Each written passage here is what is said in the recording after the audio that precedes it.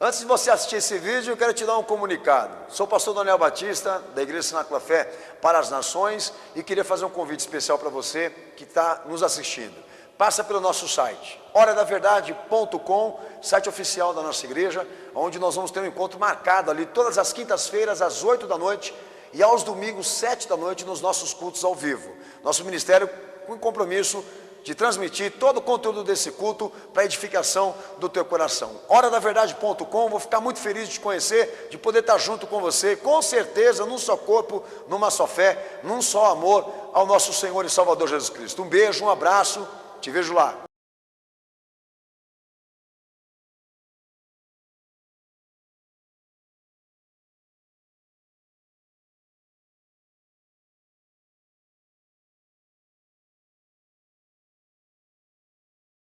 Cenáculo da Fé vai ler o texto de Salmos 91, verso 1 com o pastor, e diz assim: aquele que habita no esconderijo do Altíssimo, a sombra do Onipotente descansará. Então direi do Senhor, Ele é o meu refúgio, a minha fortaleza, o meu Deus em quem confio. Quando fala Salmo 91, você fala de um texto conhecidíssimo, porque infelizmente ele serviu a muita gente como referência cabalística e mística. Salmo 91 é um texto inspirador até para quem habita nas trevas, na profunda ignorância, porque é de opinião da maioria que ele é um texto onde qualquer um pode se encaixar nesses interesses de serviço divino. E hoje, orando a meu Senhor, Deus me deu ele e pediu para me pregar e meditar e refletir com você sobre isso. Quem está realmente debaixo da sombra protetora desse Deus poderoso? E o que o salmista, na verdade, quis pregar antes de chegar no estímulo da confiança em Deus? O que ele propõe nesse texto que eu tenho certeza que passou debaixo do olhar de muita gente aí e não foi percebido? Porque a tendência de quem lê certos textos otimistas é pegar o produto da bênção e esquecer a questão condicional.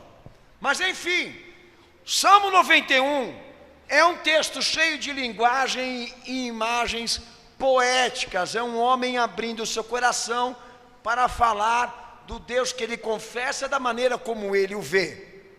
Mas em compensação, tem didática, tem princípios aqui, porque estão recheados aí de expressões fortíssimas do caráter, da vontade de Deus, que é onde eu tenho certeza que muita gente não quer se aprimorar, porque a tendência, como eu disse a você, é crer somente num Deus que esteja pronto para servir o homem quando ele precisa. E é uma das maiores banalidades que nós estamos vendo na sociedade atual. Isso é mística, isso é cabala, isso é crendice. Acreditar que Deus vai dar aos homens o seu serviço, a sua intervenção, o seu amor, a sua salvação, de maneira espontânea. É uma das maiores banalidades. Então a Bíblia está aí para você usar, refletir, pensar e chegar num acordo do que é certo e correto ser feito diante dele, óbvio, para também participar das suas bênçãos. Mas enfim, antes do salmista entrar no mérito da confiança que nós temos que ter no Senhor, ele expõe aqui exatamente o princípio do governo soberano de Deus. A sombra é onipotente. A sombra, ela representa a onipotência de Deus, o seu governo soberano. Bom, se eu passar a minha mente aqui e trazer isso a mim como reflexão, eu vou chegar exatamente nesse ponto tão importante do Salmo 91, que não existe bênção sem sujeição. Não existe graça de Deus para quem não quer se sujeitar. Até o Salmo 91 está querendo dizer isso.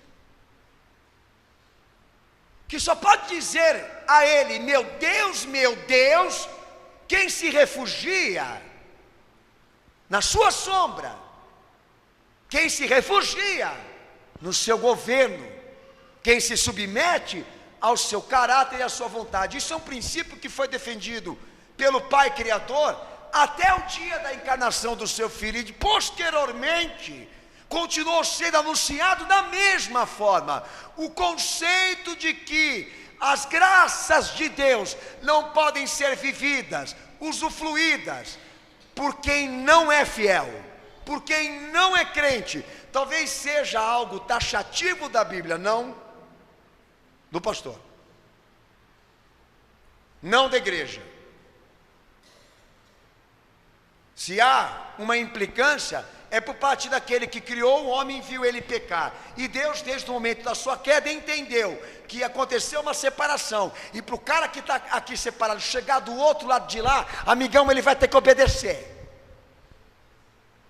Ele vai ter que formar esse caminho para chegar lá e agradar exatamente Deus nesse sentido, de que não vai ser feito com opiniões humanas, vai ser construído na vontade de Deus, debaixo da sua sombra. Entenda, o salmista não está sugerindo a proteção ou a confiança de que isso existe, isso é óbvio, mas para que nós tenhamos permissão de usufruir das suas promessas e da sua graça, nós precisamos estar debaixo do seu governo. E há pessoas aqui nesse culto que têm sérios problemas com subordinação. Você tem sérios problemas com sujeição. Eu não estou falando a homens, não, que a homens nós não devemos realmente obedecer, a não ser que a autoridade que ele exerça seja a palavra, seja o governo da palavra de Cristo. Mas há pessoas aqui nesse culto hoje que você tem um sério problema com subordinação a Deus, com sujeição aos seus princípios, com a sua vontade. Mas de repente entra dentro desse âmbito chamado Igreja Ensinar com a Fé, achando que você já está pronto para receber a graça que Deus vai mandar, já está pronto espiritualmente para receber as suas bênçãos. É aonde entra o mistério desses salmos. Ele não está só declarando sua fé para o Deus que ele confessa, mas dizendo aonde está a sua satisfação, a sua alegria, a sua devoção, no fato de que a sua segurança é a vontade de Deus. É a tua alegria também? É! Será, irmão? Não sei se é, não. Não fale amém da boca para fora, tá? Toma cuidado com esse amém que você está falando aí. A começar por essa igreja aqui, que eu sou uma das pessoas que colaboram aqui nesse ministério aqui, e eu não vejo na própria Igreja Ensinar com a Fé, os membros trabalhando com essa devoção e essa alegria, por ouvirem Deus falar e Deus pedir, exigir. O sentimento que eu tenho visto aqui nessa igreja é outro aí. É uma chamada de atenção que eu estou dando aqui. O que eu tenho visto aqui como sentimento nesse ministério, por parte de membros aqui, é que a palavra que a gente prega aqui é dura demais, é difícil demais, como se nós tivéssemos esse direito de constituirmos leis aqui. Então toma cuidado, porque você pode ser uma pessoa que está aqui, que tem propósito exatamente de querer se entremeter com os assuntos do reino, do Cristo, do Salvador, mas não tem nenhuma satisfação espontânea, explosiva, de dizer: é muito bom ouvir Deus falar e vendo Jesus governar a minha vida, e saber que a onipotência é dele, não é minha, e a sombra pela qual agora eu me protejo é esse certificado de que tudo que faço o que ele quer, o que ele manda. Você pode dizer isso hoje aqui? Abre o texto de Salmos 103, verso 14 e verso 15. Esse você vai ler para o pastor. Por favor, a igreja, leia em voz alta, em nome de Jesus.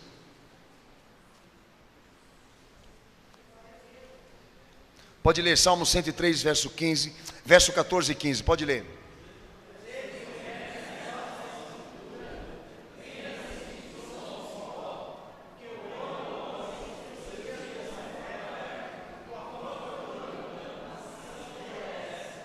Leu o versículo 15. Leu? 14 e 15. Refletiram. O que ele está pensando aí? Ele está, na verdade, contemplando o que é a antropologia à luz da salvação de Cristo, da salvação que Deus administra. O homem é pó. Então, como o homem é feito de circunstâncias, muitas vezes ele sempre se envolve com situações castigadoras, e que por mais que a glória venha, ela logo desaparece.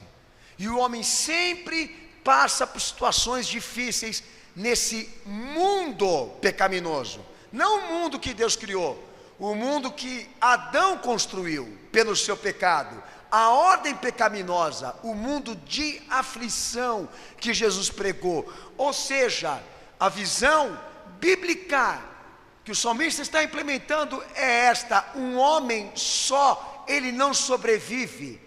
Um homem só por si mesmo, ele não se sustenta.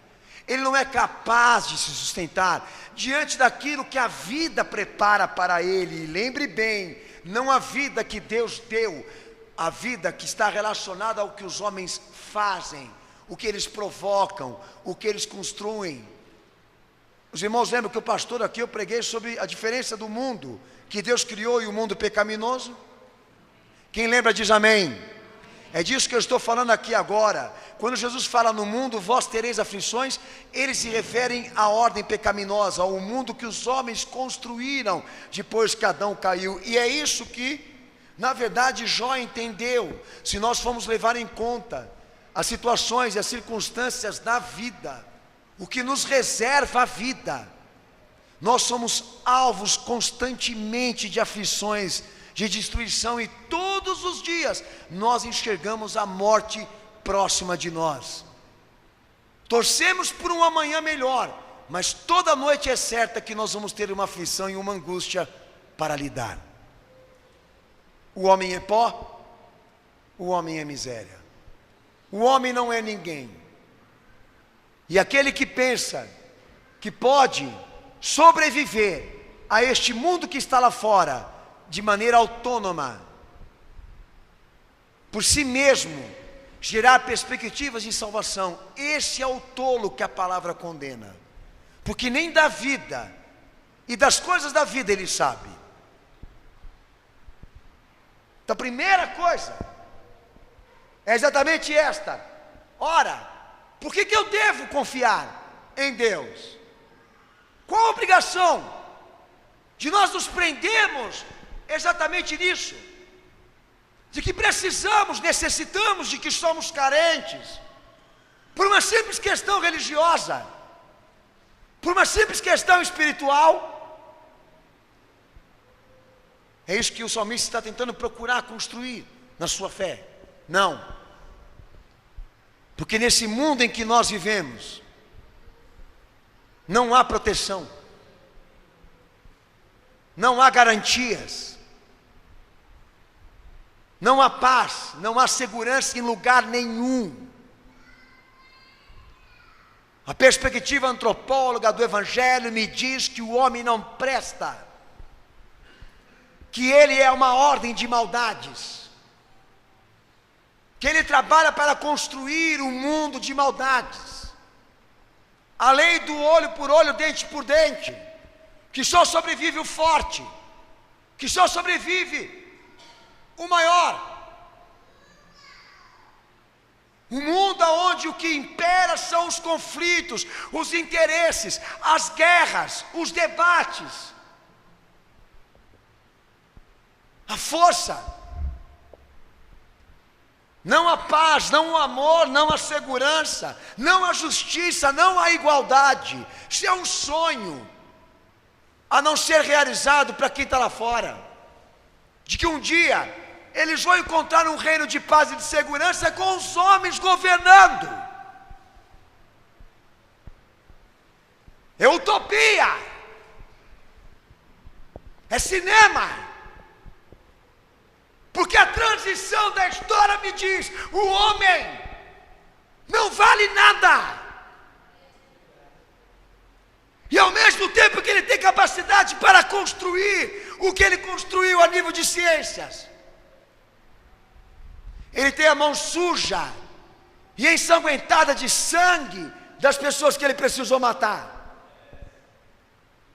Então maldito é o homem que confia no homem e no braço da sua carne,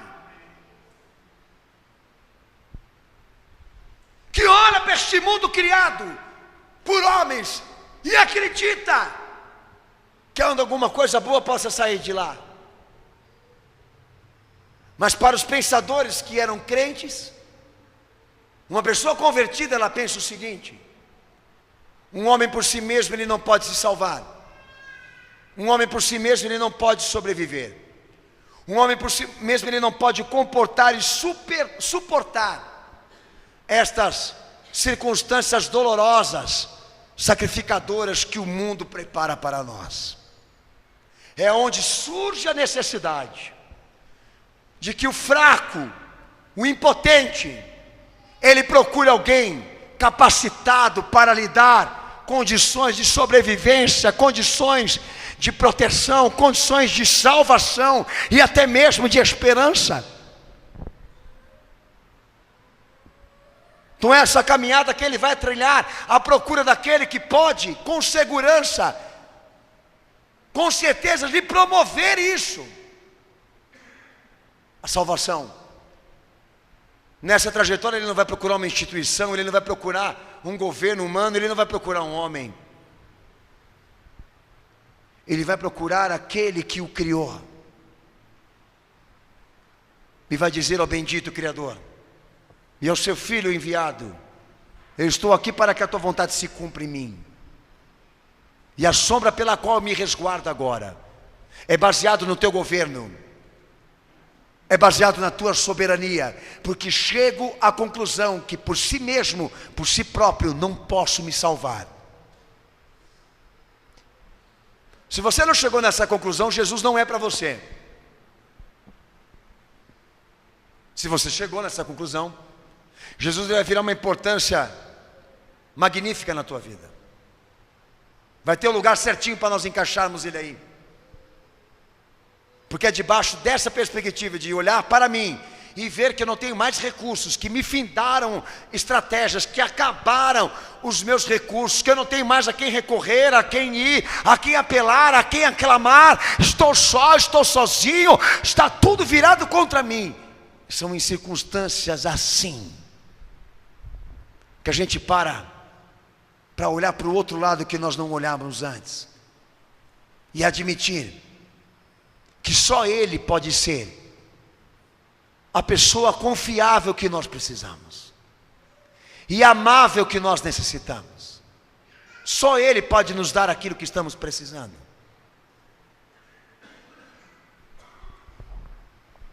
Eu costumo dizer aqui na Igreja Santa Cruz Fé, quando Deus me dá palavras voltadas à sua graça, dizer aos amados irmãos: olha filho, você pode ficar gritando no ouvido desse cara e pregando o evangelho, bom costume, não o evangelho real, bom costume, compromisso, ético, moral. Pode ficar gritando no ouvido desse cara a vida toda, pregando sobre Jesus, falando sobre Jesus, sobre o reino, sobre a salvação.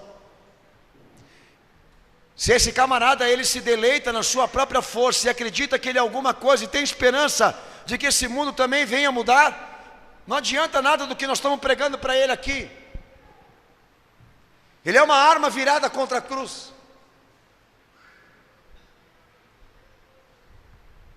Infelizmente, ele trata a fidelidade de Deus sem princípios. Ele fala sobre a fidelidade de Deus sem propósitos. É como se Deus fosse uma coisa importante a ele, mas não na condição de um miserável. E por outro lado, como se Deus também não tivesse vontade.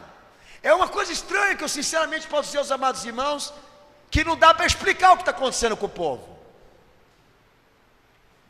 Na medida em que se perde o temor, que se perde honestidade com Deus, que se perde vontade de buscá-lo, o que está substituindo Ele na vida das pessoas? Eu te pergunto hoje aqui, o que está fazendo a igreja virar um palco de teatro ao invés de uma casa de oração? Está acontecendo alguma coisa errada com as pessoas, não é?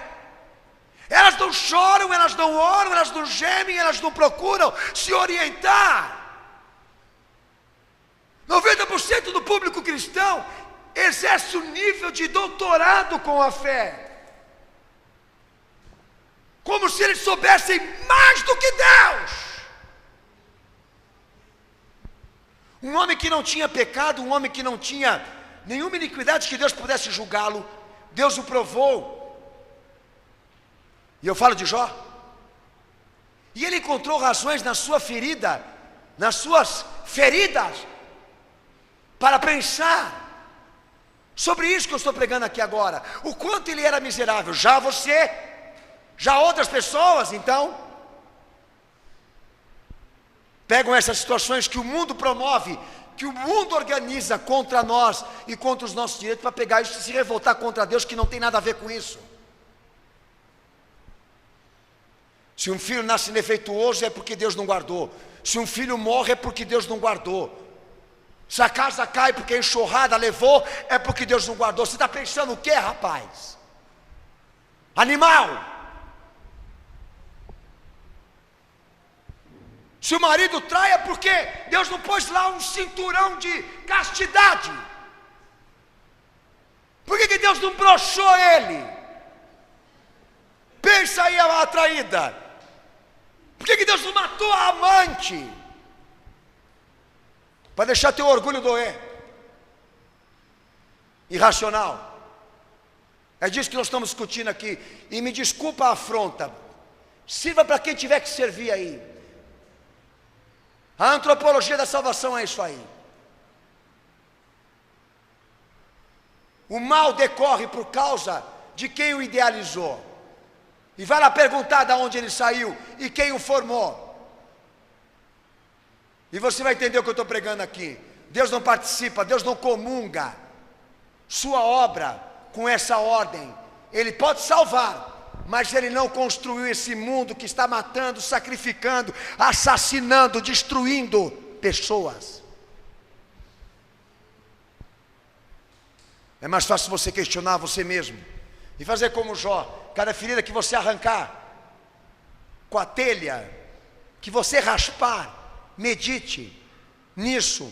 Um dia lá atrás eu era um homem que estava bem financeiramente. Um dia lá atrás era um homem que tinha uma família unida, reunida, abençoada. E hoje eu sou pó. Deus deu, Deus tira. Você não quer enxergar? A vida vai te ensinar então. Um dia você vai chegar nessa conclusão como eu.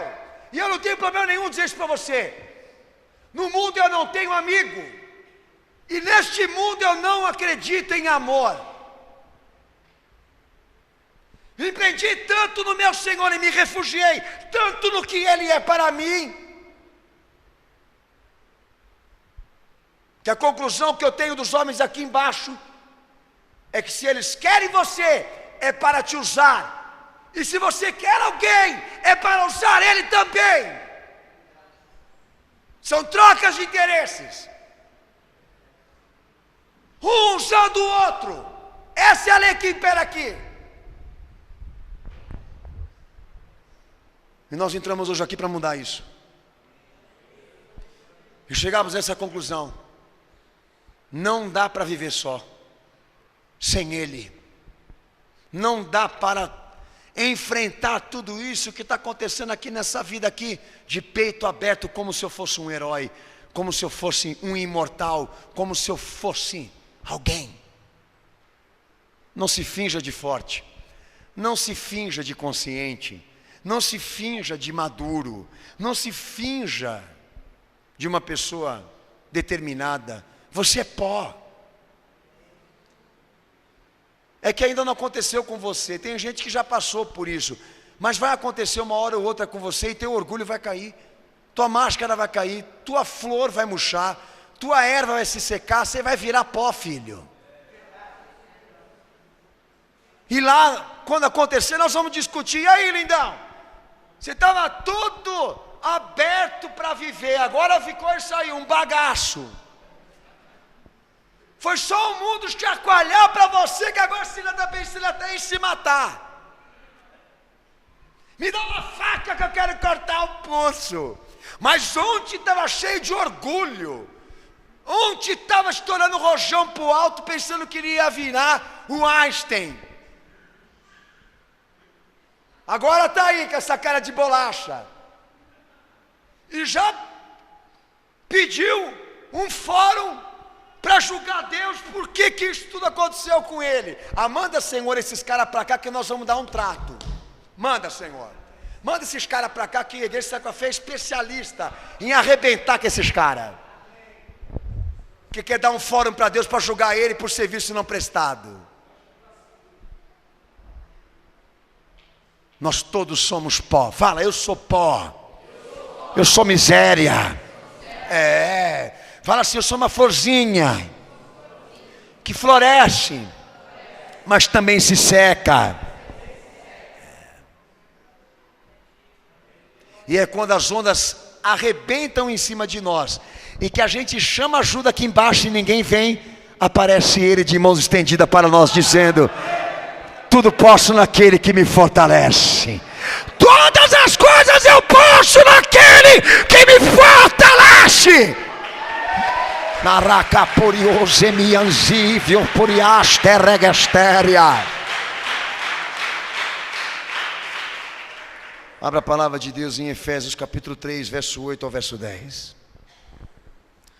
Então, doutrinariamente se prova que a presença e o favor de Deus não são méritos alcançados por causa de uma simples natureza humana.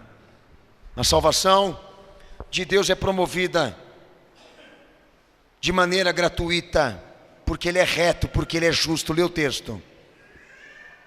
Pode ler. Efésios 3, do verso 8 ao verso 10.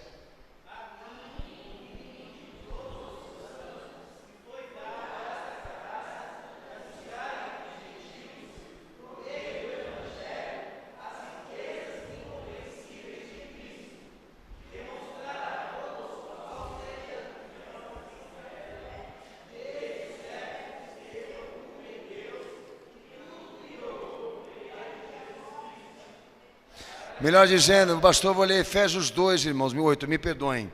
Pois é pela graça que sois salvos por meio da fé. Fala.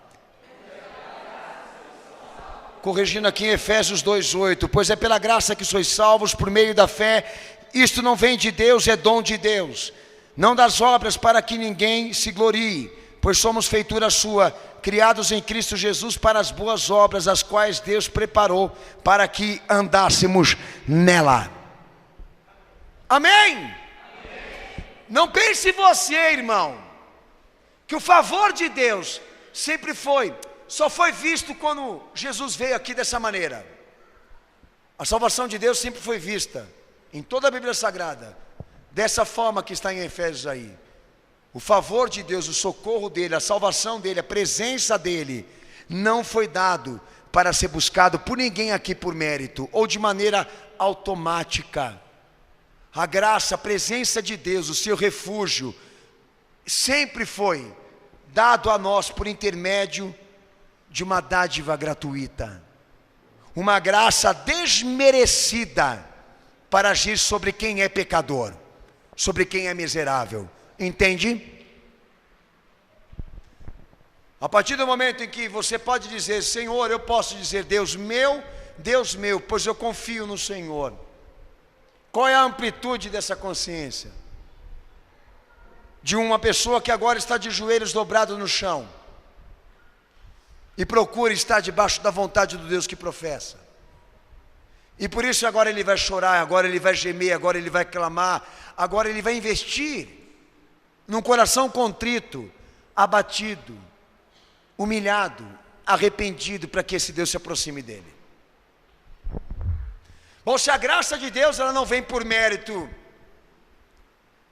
ela vem por dádiva, porque Deus é reto, porque Ele é justo, não porque nós somos bons. Como buscar a graça desse Deus então? Vai chorando, vai gemendo, vai clamando, vai suplicando, vai se consertando, vai se arrependendo. Porque esse espaço aqui é onde Deus opera o seu governo. Aqui só entra o miserável, o contrito, o abatido E quem tem, entrega pessoal para oferecer. Notem, por que a igreja não chora? Por que as lágrimas se secaram? Por que a igreja não ora? Por que ela não clama? Por falta de motivação? Falta de sinal? Não, porque ela está dura demais. Porque a sua arrogância não lhe permite. E de certa forma a segurança dela não é a graça de Deus. Não está na oração, no clamor, no derramar da sua alma, mas em algumas coisas por aí que a gente não sabe dizer o nome agora. Se firmam em vários aspectos humanos, mas na fé não, porque talvez é isso que os humilha, saber que eles precisam de Deus para poder ter licença de vida.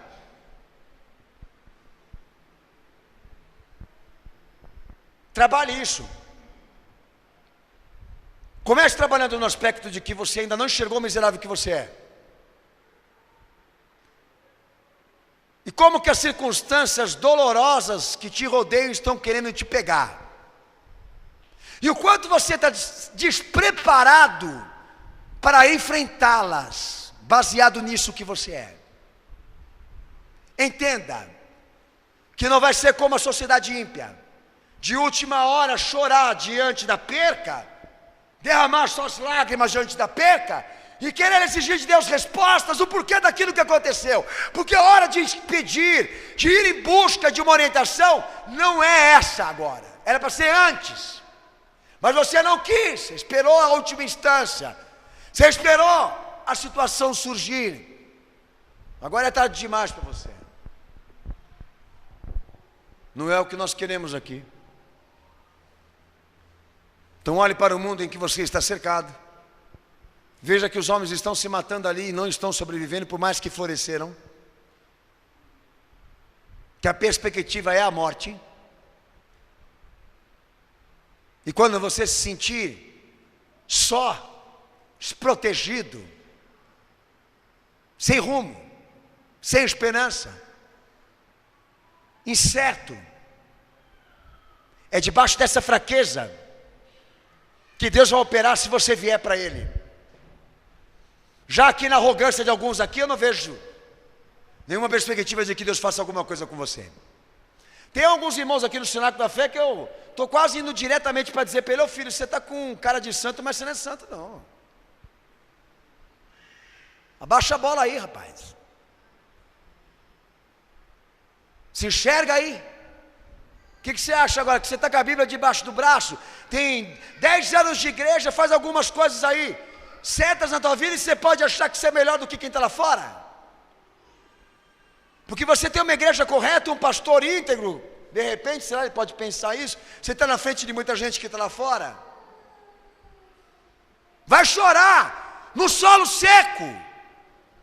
Vai negar o teu solo seco com as lágrimas do teu rosto. Vai se derramar na presença desse Deus. Porque a graça dele não vem por mérito. Vem pela tua humilhação e pelo teu conserto, pelo nosso. Não espere então. A vida te dá lição. E eu estou aqui em cima aqui, não vejo a igreja orar. Eu estou aqui em cima e não vejo a igreja glorificar. Eu estou aqui em cima e não vejo a igreja participar num seu todo das missões e dos propósitos da igreja. Eu me pergunto, o que é isso que está acontecendo? Essa desmotivação, esse distanciamento, esse isolamento que está acontecendo com a igreja fiel, ao ponto de ela ser jogada para o canto. É falta de sinal, é falta de incentivo, é falta de revelação, de confirmação de Deus. Porque infelizmente a ciência está substituindo a fé. E as pessoas passaram mais a viver agora do que são, do que fazem, do que Cristo é. E algumas aí decorrendo para o conceito universalista de que Deus opera de maneira espontânea, Deus opera de maneira incondicional, de que essa sombra ela está sobre todos, de que essa sombra bate na cabeça de todo mundo, E infelizmente os conceitos básicos do Evangelho estão sendo pervertidos pela visão humanística, liberalista, maldita, satânica. E a igreja está infectada. Qual foi a última vez que você chorou na presença do Senhor? Qual foi a última vez que você se confessou na presença dEle e colocou o teu pecado para ser redimido? Qual foi a última vez que você foi pedir perdão para alguém que você feriu? Foi ressarcir alguém que você prejudicou? Qual foi a última vez que você se sentiu um miserável? E você entra aqui nessa igreja que se quer ser erguido, duro. E você quer ver Deus de braços abertos para operar na tua vida assim. Mas o que o senhor queria que eu fizesse, pastor? Eu não, quem está determinando aqui é o Senhor. Eu sou o primeiro a me reunir no meio de vocês aí e chorar junto com vocês. Estou transmitindo a palavra do Senhor, não estou falando de mim mesmo. Não confunda. Sou miserável com você. Não cobro, não reivindico, tenho medo de cobrar e reivindicar. Não abro a minha boca para falar que eu mereço. Essa palavra mereço eu não tenho na minha oração. Tenho aflições, tenho problemas, tenho desilusões na minha vida sim. Mas não culpo meu Senhor, não culpo meu Deus, culpo esse mundo que eu vivo nele. A minha reflexão é essa: tudo poderia ser bom se esse mundo não existisse. Tudo seria bom se Jesus voltasse agora. Mas porque nós estamos aqui, nós precisamos da graça. Porque nós estamos aqui, nós precisamos do milagre dele.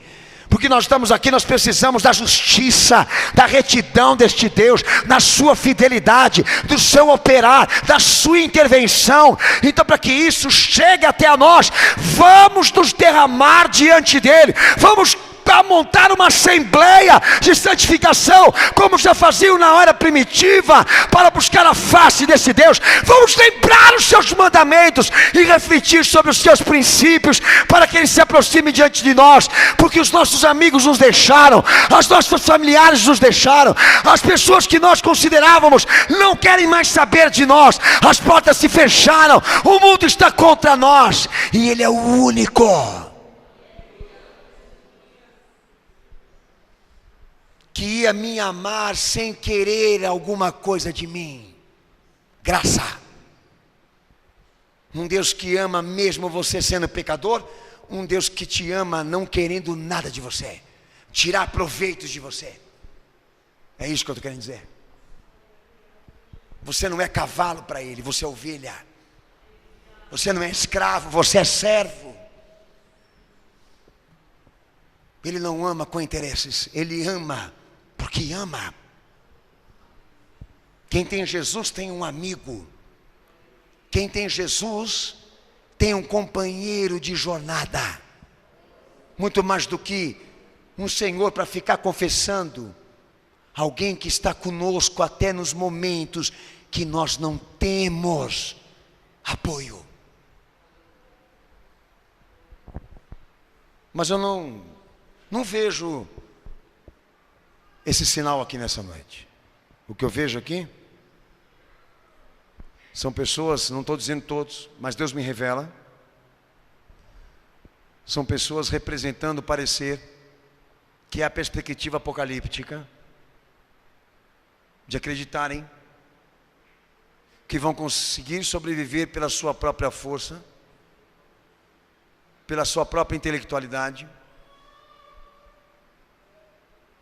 e que Deus vai ser obrigado a agir em favor delas, mesmo que elas não se arrependam, não se convertam e não se humilhem diante dele. Qual a razão para uma igreja não orar? Qual a razão para uma igreja não estar derramada na presença do Senhor, se não for essa?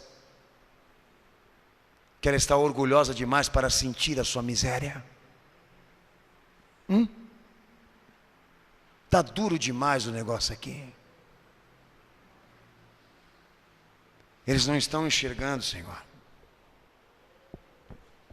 Eles não estão enxergando.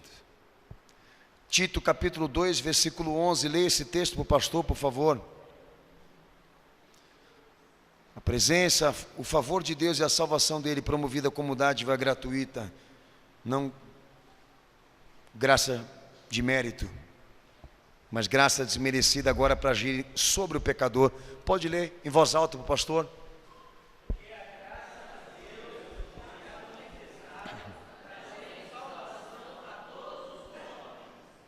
Amém?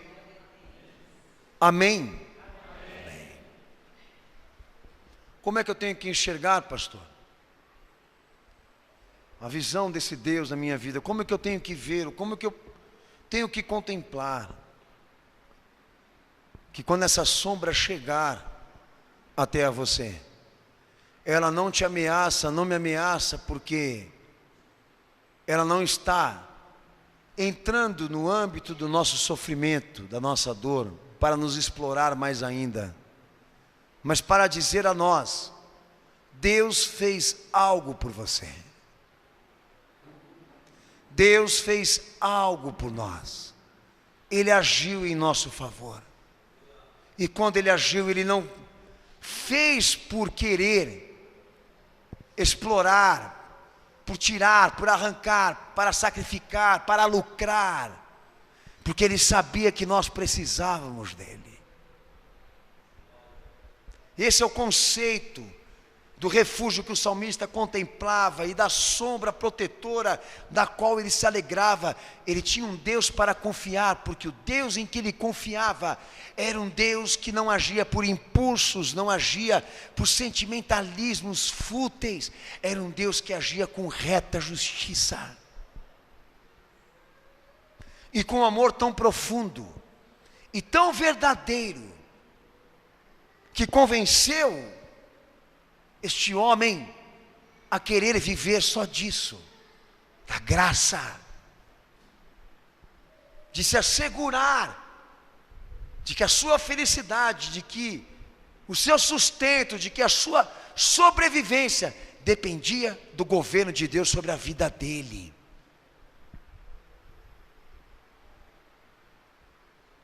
De que o trono de Deus estava dentro da sua alma.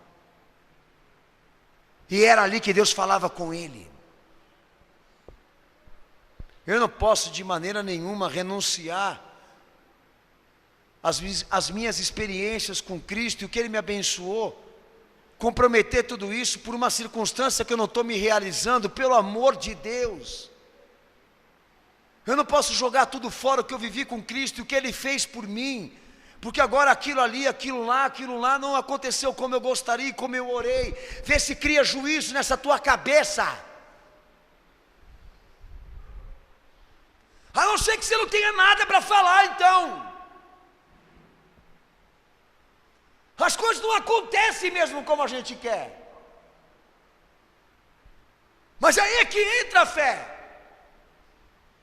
Mas aonde eu me asseguro de que eu não vou cair nisso que eu estou vivendo aqui agora? Com base naquilo que Deus já fez por você.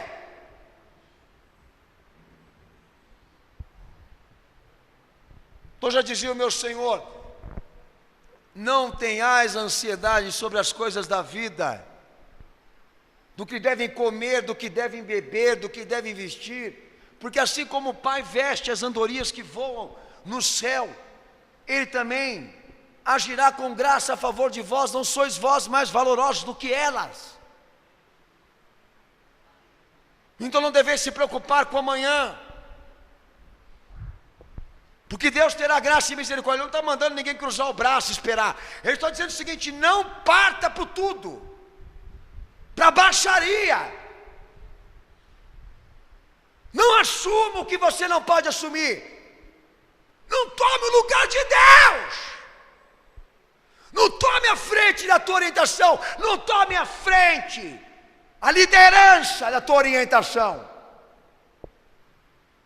Qual é a melhor coisa para o fraco e o miserável? Fecha a porta do teu quarto e vai orar, porque Deus gosta quando você ora em oculto. Disse o meu Senhor: não seja como os hipócritas que vão lá dentro do templo bater a mão no peito e orar para serem vistos. Fecha a porta do teu quarto e vai orar para o teu Senhor, e vai perguntar para Ele o que Ele está requerendo de você, ao invés de você sair desesperado por aí, bater em qualquer porta como se você fosse um pedinte. Ao invés de contestar, de reclamar a fidelidade de Deus, fecha a porta do teu quarto e vai fazer o que você não tem feito. Usar a graça desmerecida, pecador. A graça que veio porque você é pecador. A graça que só vai chegar a esta igreja se ela se humilhar, se ela se arrepender, se ela se converter. E quem sabe amanhã você não vai dizer: meu Deus, em quem confio. Quando chegares a essa certeza, não confiança, deixa a confiança que ela vem junto. A certeza de que Deus não erra no que Ele orienta, nem no que Ele fala. Se Ele pede soberania é porque você precisa dEle, nós precisamos dEle. Ele é o elo mais forte. E já está provado que nós somos um bando de miserável. E por que fazer essa panca de forte? E de por que agora querer virar leão?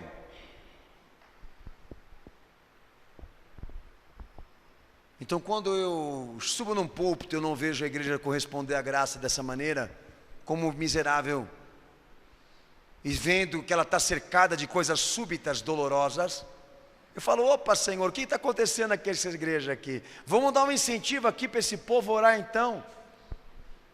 Vamos parar de proteger um pouco e deixar as coisas ruins acontecer para você ver se eles vão acordar. Vamos deixar o bicho ver a morte lá com a foice na porta da casa dele, que nem Jó viu, né? O bichão aparecer lá e bater assim e falar: vim te buscar. E não é coisa boa se você ver isso não, hein? Quer dizer que você é dele. Vamos deixar lá o diabo levantar umas panelas lá, que nem Portegás. Como é que chama aquele outro filme lá que aparece no cinema lá, que o povo sai gritando? Não, como é que é? Não, esse que está aí, Paranormal, né? Vamos lá, deixa o Senhor acontecer um paranormal na casa dele lá. Que nem aconteceu outro dia lá no Jardim Vista Alegre, que minha irmã entrou lá com o zóio arregalado lá, que pôs um CD gospel lá, o filho dela para tocar, e o diabo falou pelo CD. E lá estava o filho dela na frente da igreja assim, olhando para o pastor assim, louco para ouvir a palavra. O bicho nem na igreja queria ir. Acho que Deus falou assim: você não vai? Então peraí. Foi botar o CD gospel para dar uma alegria. Foi pegar uma droguinha lá no mundo evangélico para ficar feliz. Daí o diabo foi e falou pela música. O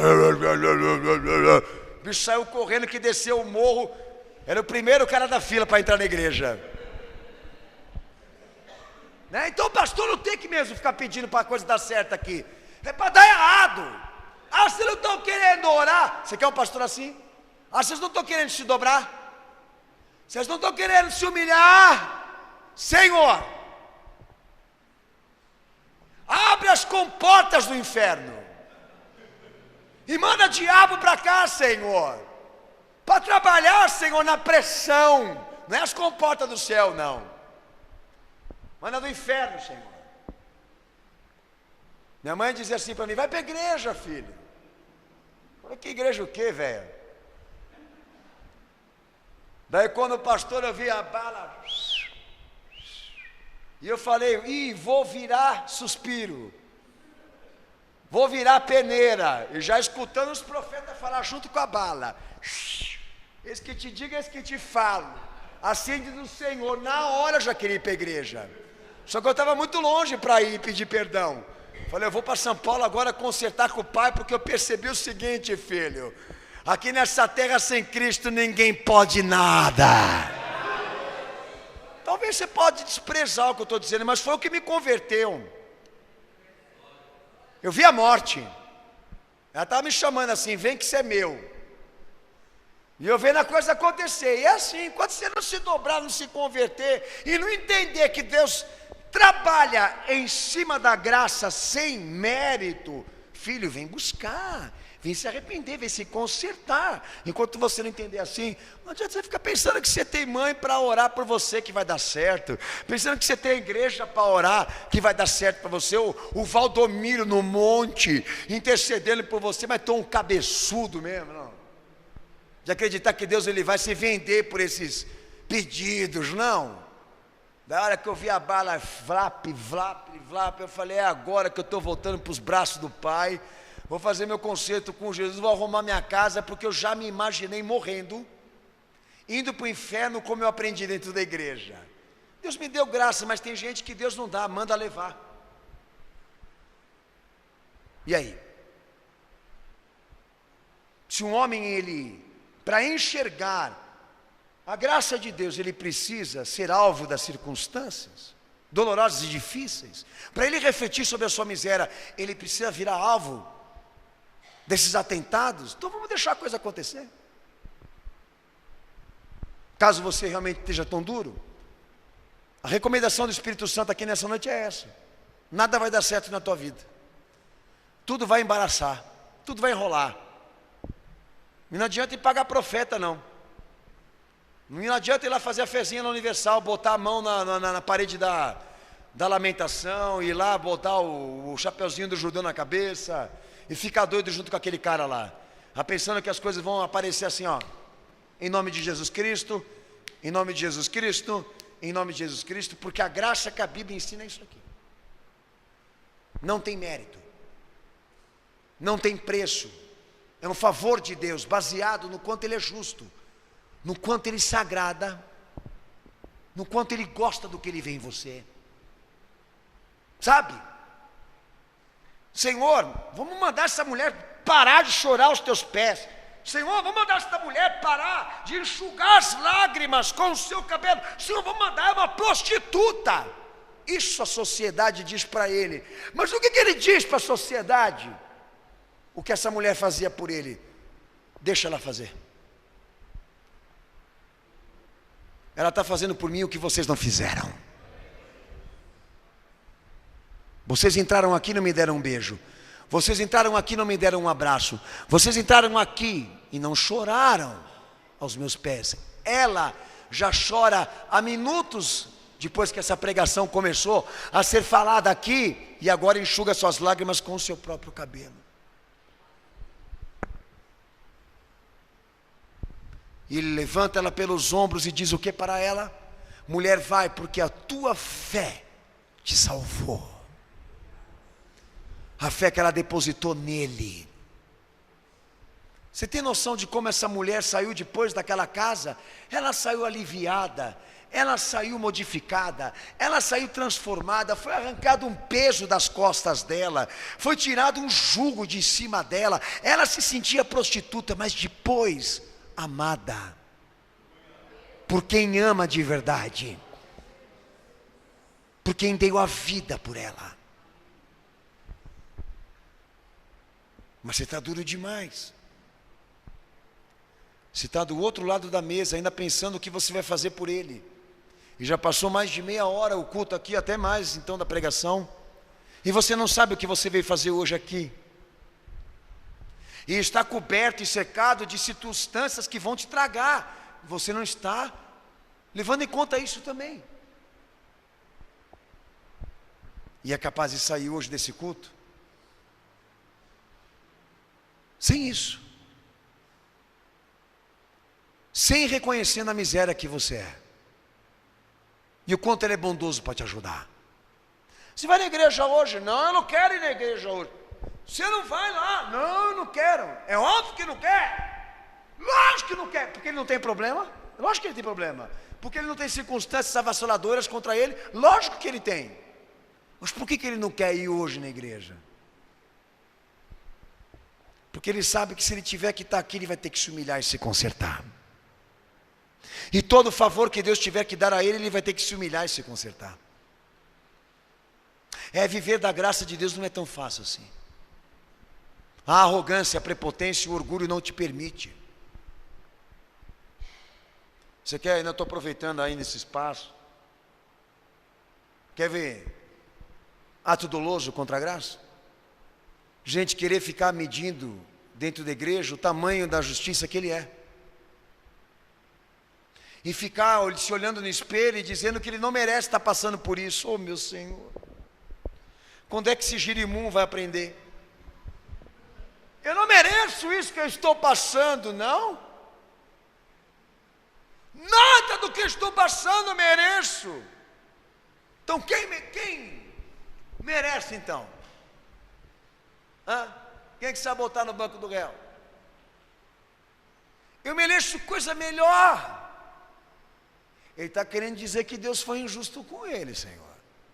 Ele está sugestionando aqui que Deus não foi tão reto e justo com ele. Está quase chegando lá, só falta isso para você que fica só no espelho dizendo isso. É dar uma coisinha errada na vida dele, ele para todo mundo da casa e diz: eu não mereço isso. Eu falo para meus filhos que eu não mereço isso, mas por causa deles. Para eles ficarem espertos. Que eu não fui pai para receber de troco essa porcaria não, se eu mereço melhor. E a mãe também, eu falo isso para eles. Mas eu não falo jogando no alto aí indireta para Deus não, filho. Eu não sou louco, eu não sou maluco, eu não quero ver a espada descer. Já pensou amanhã o pastor arrancando lasca da minha carne com telha? Tô bem, e quer ver os caras viajar, é dizer que eles se igualam a Jó. Oh meu Senhor, e de falar que eles estão sendo provados. Ô filho, bota, veste saco de cinza, bota a terra na cabeça, se enxerga, rapaz. Que isso é Jó o quê? Eles adoram pegar o testemunho de Jó para querer dizer que a circunstância que ele está vendo é a mesma. Filho, você não aguentava ficar sem dinheiro, quanto mais perder a família, por causa da fé. Fica na sua aí, fica na sua aí, filhão. Está crescendo demais. Eu já estou vendo a mão do Senhor aqui, dando bofeteada aqui nessa igreja hoje aqui.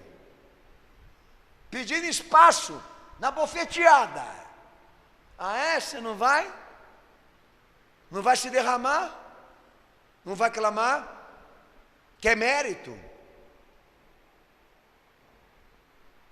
E há um outro ponto importante que o pastor eu quero colocar diante dos irmãos, Tito capítulo 2, versículo 14. Pode ler o texto para o pastor bem alto em nome de Jesus.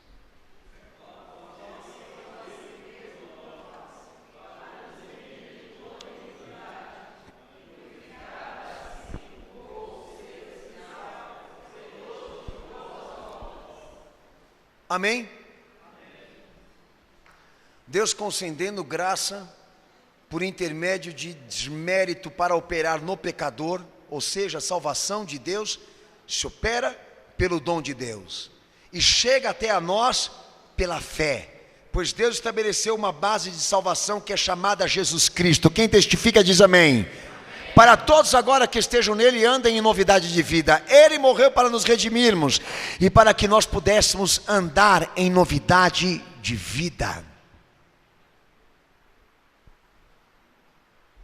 Quando nós nos refugiamos debaixo dessa sombra onipotente, Deus nos dá um Salvador a nível de competências para nos colocar em ordem de disciplina, em ordem de instrução, em ordem de reflexão, de pensamento glorioso. Gente, vamos usar Jesus para se converter, vamos usar a oferta do corpo de Cristo para se reconciliar e se converter, vamos se refugiar na igreja com a fé para aprender, para se inspirar no aprendizado da fé, em pessoas que serviram Jesus de maneira verdadeira. Vamos erguer e construir essa aliança com Cristo, essa aliança com Deus, baseado na graça por meio da fé, uma luta pela fé, uma luta por Jesus, uma luta pelo que Ele ofertou na cruz, para que esta herança, para que este poder, para que esse estado espiritual, essa natureza espiritual chegue até a nós. Vamos utilizar o nome de Cristo para termos uma vida agradável a Deus, para sermos algo que agrade a Deus. Então hoje eu digo: Senhor, meu Deus, em Ti eu posso confiar, pois Tu me deste um filho para me salvar, e o trouxe aqui nessa terra para me iluminar com uma verdade, com uma palavra que os homens nunca iam me dar. E agora eu me regozijo, agora eu me alegro, pois a paz, a segurança, a cura, a libertação, a renovação, o domínio veio com ele, o reino veio com ele, a graça do Senhor veio com ele, a justiça veio com ele, e com aquilo que ele operou. Obrigado por o Senhor ter mandado o teu filho até a mim, pois ele me deu o que este mundo não pode me dar, a segurança de que Deus não falha, de que Deus não erra, de que Deus não se contradiz, de que ele cumpre a palavra, cumpre os profetas que inspirou para falar da sua salvação. Obrigado, Senhor, pois estou dentro de uma igreja hoje que não foi erguida por homens, que não foi erguida com cimento, com tijolos, mas com o corpo do seu filho, com o sacrifício do seu filho amado, com o sacrifício do Salvador poderoso. Obrigado, Senhor, pois aqui agora estou diante de uma igreja erguida pela graça, pelo poder desta fé, cujo Espírito Santo de Deus fala, cujo Espírito Santo de Deus revela a tua verdade sobre nós.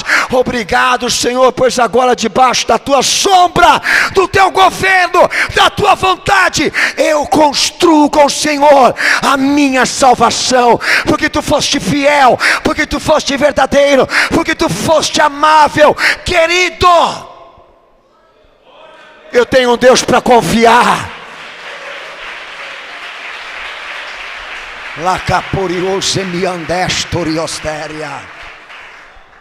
Como é bom sabermos que essa sombra está aqui,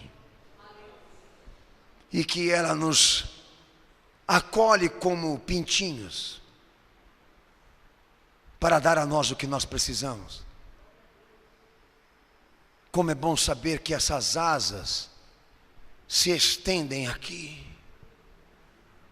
para dizer o quanto Ele ama este povo e quer salvá-los das circunstâncias dolorosas do pecado e da condenação. Que bom saber que esta sombra está batendo aqui, e o sol e a lua e as estrelas não podem encobri-la, porque este Deus é mais poderoso do que o firmamento. Como é bom saber que agora Deus pode dizer: erga a tua casa sobre a rocha, erga a tua casa sobre esta rocha, pois se tu ouvires a palavra que Ele prega, erguerás uma casa espiritual para mim, cujas circunstâncias da vida não vão derrubá-la, cuja condenação futura não atingirá. E dizia: meu Senhor, aqueles que ouvem as minhas palavras edificam a sua casa sobre a rocha, e vindo as circunstâncias da vida, não, esta casa não cai, as circunstâncias não a derrubam. Mas aquele que não me escuta, ergue a sua casa sobre a areia, e logo ela se cai, quando as dores e os sofrimentos chegam até a ela.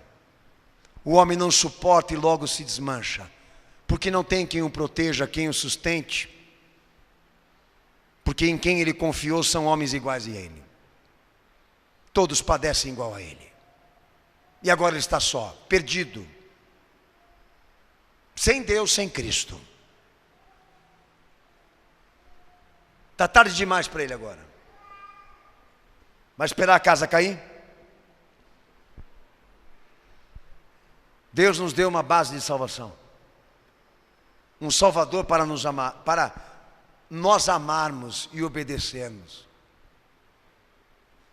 E o investimento aqui é esse. A didática aqui é essa. A sombra dele instrui, converte, muda, disciplina, traz o reino de Deus nas nossas vidas. Põe esse povo numa vida que agrada a Deus. E agora nós podemos confiar, porque Deus não falha quando Ele julga, quando Ele gratifica aqueles que são fiéis. Daí tem um apelo do meu Senhor em Mateus 23, verso 37. Eu quero que a igreja leia em voz alta, é o último texto que eu vou dar aqui nessa noite.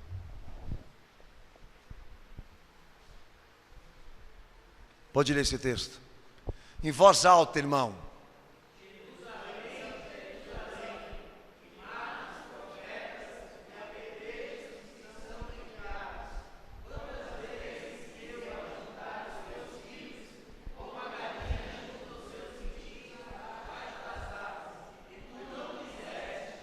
Amém? Pode-se falar de confiança diante de um povo rebelde? Há estímulos que esse povo confie nesse Deus se ele não quer obedecer? Quantas vezes que Deus tentou trazer você a esta sombra e você não quis? E quem foi avisar você, você matou e assassinou? Quantas vezes Deus não quis ir em busca de te ajudar, de te instruir, de te socorrer, e você não se negou a isso, para ficar com o teu próprio orgulho e com o apoio familiar? Então por que agora Jerusalém chora? Por que agora Israel apela? Por que agora Israel chora pelos seus filhos que morreram? Por que que eles têm tanta sensibilidade para a dor, para a história das suas vidas, mas não conseguem refletir o que fizeram com esse Deus?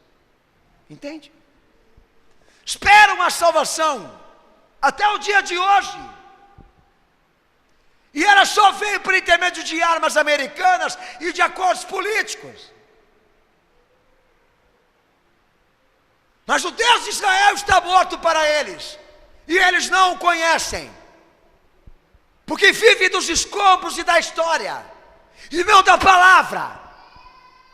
Deus tentou refugiá-los sob a sua sombra, mas eles não quiseram. Mandou os profetas para avisar e eles o mataram.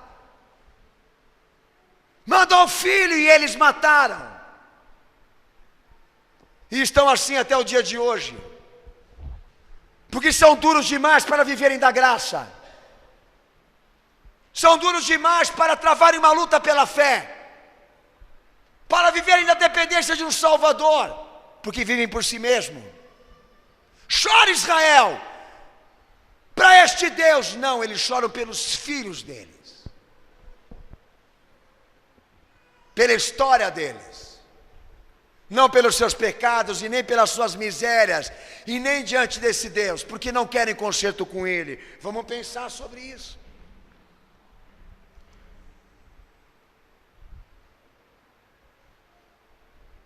Não é algo parecido que está acontecendo com você também? Você não está sensível demais para a tua situação, não?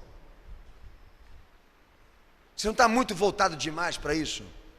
Do que não anda dando certo na tua vida? Será que não seria melhor você se voltar para o que Deus não está gostando do que Ele vê em você? Em cenáculo. Acorda aí.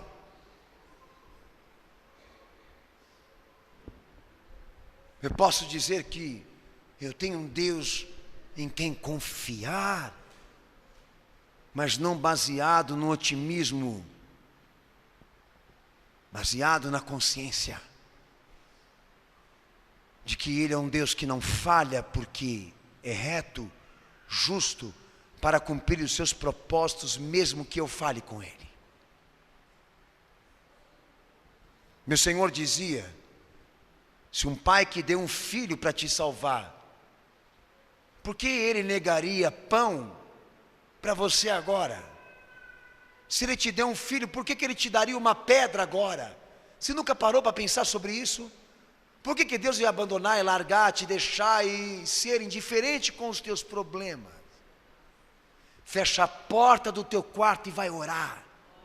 Vai confessar teus pecados e vai se consertar. Vai limpar a tua boca e a tua mente, porque está podre. Põe a tua boca no pó. E quando você for falar de situações difíceis que você está envolvido, não o culpe, não o inclua. Peça misericórdia. Faça isso.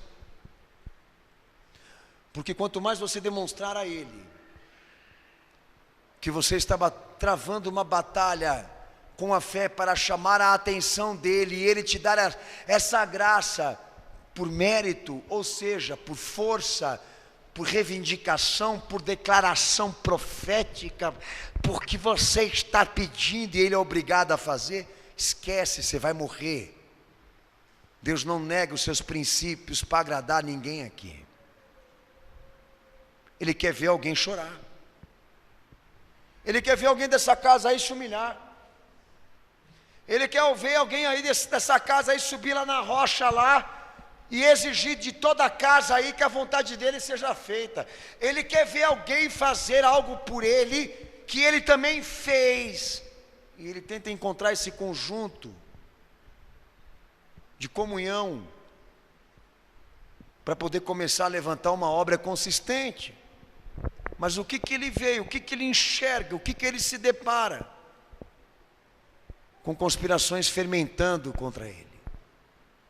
A Bíblia, sabe, a palavra, metade dele, a outra metade é do outro, sabe? Olha, vamos ser mais responsáveis para não ler literalmente as coisas, vamos mais devagar, é outra época. Eu gosto deles falando isso. É outra época, é outro mundo, esse senso de responsabilidade. Vamos mais devagar, sabe? Não dá para implementar aquele mundo que ele pediu nos dias de hoje. Nós temos que ter hermenêutica, sabe? Temos que fazer uma exegese. Nós temos que construir mais responsabilidade, minha gente. Não podemos ler a Bíblia de maneira literal. É o pensamento metodista. Então espera que o pau vai quebrar. Filho, vocês merecem o Lula. Vocês merecem a Dilma, vocês merecem os quintos dos infernos governando todos vocês. Eu estou falando para o Brasil. Vocês merecem que vocês são canalha que nem eles. A Dilma veio com R15. E o outro nem vou dizer com que ele veio. E vocês pensaram que eles iam ser bons mocinhos. Iam ajudar os pobres. Vocês acreditaram na teologia da libertação que eles pregaram também. E agora estão aí, envolvidos com o pessimismo de que as coisas vão cair de uma vez, e vão. É o puro aspecto da teologia atual também, porque as igrejas também perceberam que Deus estava presente em tudo o que estava acontecendo. Teve uma aí que se vestiu de soldado militar, pegou a Bíblia e achou que ela estava com um fuzil na mão para metralhar o inimigo que estava impedindo as economias da igreja, e profetizar sobre a bandeira do Brasil. Entendeu? Que Lula e Dilma iam governar uma gestão justa. Está lá nos Estados Unidos agora, em Miami, profetizando para você de lá, idiota, que acreditou no que ela falou. A Ana Paula Valadão, para quem está desconfiado aí. Minha filha, aquela menina tem um distúrbio na cabeça. Ela não é, uma hora ela está de pato, uma hora ela está de soldado. Só Deus pode ter misericórdia. O povo fica louco, entra na igreja, fica tudo doidão, tudo pirueta das ideias. Quanta gente que não foi lá, mas gente, vamos crer, Deus está presente nessa casa. Eu sonhei que Deus está presente nessa causa. Deus está na frente dessa bandeira, entendeu? Está vindo um grande tempo de renovação. Otimismo idiota. Filho, para pensar, filho. Vai investigar. A política é governada por corrupção. Até o tiozinho lá que nunca conheceu Jesus, que entendeu, que está indo para outra, ele tem noção. Está lá, e ele sabe que a bagaça não vai dar certo, que Deus não está por detrás dessa bandeira. O que está por trás dessa bandeira é outro nome, é o cão. Por que ficar profetizando? Por que ficar declarando a presença de Deus, o desígnio de Deus sobre coisas comprometidas? Pensa, vai dar zica, não vai dar salvação, vai dar zica, e está dando. Como é que as igrejas evangélicas estão hoje aí, pá? Dizer aos amados irmãos, estou com uma vontade de falar certas coisas aqui, mas Deus está me segurando. Como é que elas estão agora? Cadê eles? Que comeram nessa mesa e profetizaram para Acabe que ia dar certo. Que nem Acabe pode ser, porque nem de Israel é. Cadê o povão aí? Dificilmente você encontra um evangélico dizendo que votou nele agora. A maioria está com a cabeça no meio das pernas e não está querendo nem aparecer agora. Está com medo até de estrela. Quanto mais do 13. É esse cenário que nós vemos. O povo perdeu completamente o senso e o conceito do Deus onipotente, do Deus soberano, do seu governo, da sua presença, do seu serviço, da sua intervenção. Sobre quem está esse governo? Sobre pessoas que se submetem e que vão em busca de uma graça que é derramada por intermédio do conserto, da oração, do clamor, amando quem Deus deu para salvar, obedecendo quem Ele constituiu Salvador, e atendendo ao apelo que Ele tem procurado te unir com aqueles que estão debaixo da sua instrução. Mas você foge da disciplina e da instrução, porque você não quer se converter. O pastor, eu digo aos amados aqui do Cenáculo da Fé hoje, tem gente que vai ser despedida desse culto hoje aqui e não vai fazer o que Deus está mandando. É duro saber isso, mas é o que vai acontecer. E é bem capaz de amanhã já formular um aspecto de ir a alguma igreja ou algum ministério que estejam vendendo essa droga de faixa preta, que faz as pessoas não recordar, não pensar sobre os seus defeitos, sobre os seus problemas e sobre aquilo que tem que ser consertado, e viver só de otimismo e do pensamento positivo de que Deus uma hora ou outra Ele vai agir, mas não vai agir se você não fizer o que Ele quer. É isso que eles não querem falar. Põe o Salmo 91 aí na tua casa aí, irmão. Põe a Bíblia aberta lá. O diabo, antes de entrar na tua casa, ele vai parar para dar uma ledinha, lógico, uma reflexão, né? Salmo 91. Ô Satanás, antes de você passar por cima de mim, lê. É recomendação. Você está querendo converter o diabo? Você entra no trabalho dele, a Bíblia está aberta. Você entra na mesa dele e tem uma Bíblia aberta. Você acha que isso daí é algum gesto ao teu favor? Vai sensibilizar Deus a fazer alguma coisa por você? Porque eu não me envergonho do Evangelho, eu não me envergonho da palavra de Deus, porque a Bíblia está aberta na tua mesa, em PDF inclusive. Não seria melhor você pegar e fechar ela, deixar para ler quando você tiver um tempo, e viver tudo isso que você tem aprendido aqui nessa igreja? A começar pelo culto que foi travado hoje aqui. Será que Deus tem que forçar o povo a se humilhar hoje aqui? Porque vocês não se derramaram na presença dele hoje aqui. Tem gente que veio bater cartão hoje aqui. E como eu não sou pastor para me vender por ninguém, filho, eu estou te falando o que Deus está me mostrando e o que eu estou sentindo também aqui. Eu não sei como é que estão os irmãos lá na internet, se eles estão jogando água nos olhos agora para fingir que chorou. Colírio que nem artista, pingando para começar, de repente aparecer umas lágrimas. Ô dona Geni, a senhora quer que eu coloque aqui Desculpa pela minha irmã Geni, ela pediu para mim não falar Geni. Quer que eu coloque um morto aqui para a senhora chorar?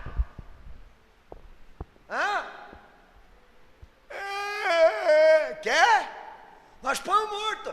Obreiro, tem morto aí atrás aí? Alguns que nós matamos aí? Traz aqui. Quem sabe ele não chora de ver amanhã ele no lugar daquela pessoa. É assim. Ai meu Deus. Ai meu Deus. Quer ver o povo falar de Deus e começar a chorar quando vê isso aí, ó. Hein? Ou você hoje vai ouvir o que Deus está te falando aqui e vai entrar no âmbito daqueles que devem ser crentes e utilizar da graça com o mérito dele, amando o teu Salvador com todas as tuas forças e se firmando na palavra dele, independentemente de se você está vencendo agora ou não. Está debaixo das asas dele para se instruir como viver, como andar, como caminhar, de maneira que agrade a Deus. Se você realmente quer aproveitar essa chance que Deus está te dando hoje aqui, dar a Cristo essa glória, esta honra que você está lutando para ter para você mesmo, o espaço está aberto aqui no altar para você vir agora e a gente vai orar junto.